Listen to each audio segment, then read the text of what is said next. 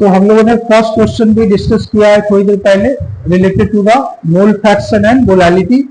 और हम लोग सेकेंड टाइप का क्वेश्चन देख रहे हैं जो कि जेईई मेंस 2021 में आया हुआ क्वेश्चन है the mole fraction of a solute in a 100 molar aqueous solution.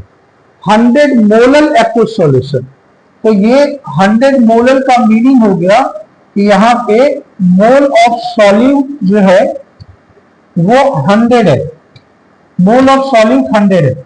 और मोलर जो होता है वो पर केजी ऑफ सॉल्वेंट होता है, मतलब है 1 केजी सॉल्वेंट में ही हम मोलालिटी को डिफाइन करते हैं। तो यहां पे हम लोग लिख सकते हैं कि जो वेट ऑफ सॉल्वेंट है, weight of solvent equal to 1 KG, मतलब है आप इसको लिख सकते हो 1000 ग्राम, 1000 ग्राम। अब दूसरा है मोल फ्रैक्शन, तो मोल फ्रैक्शन ऑफ सॉल्यूट बोला जा रहा है। तो मोल फ्रैक्शन ऑफ सॉल्यूट की अगर हम बात करें तो मोल फ्रैक्शन ऑफ सॉल्यूट क्या होगा, mole of solute divided by mole of solute और plus mole of solvent, mole of solvent.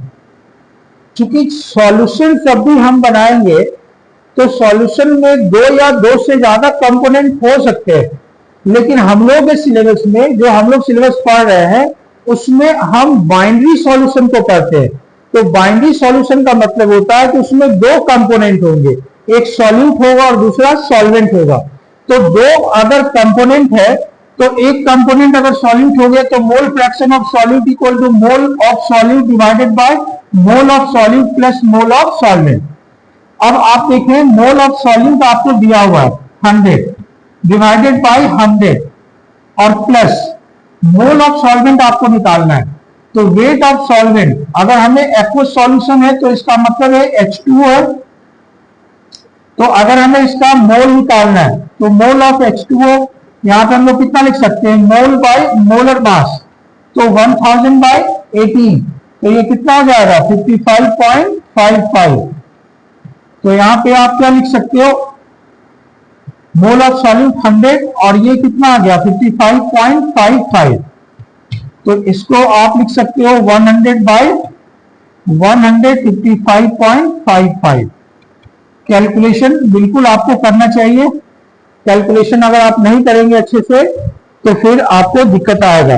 और कैलकुलेशन आपके मैं छोड़ रहा हूं, ठीक है, तो इसका कैलकुलेशन क्या होना चाहिए।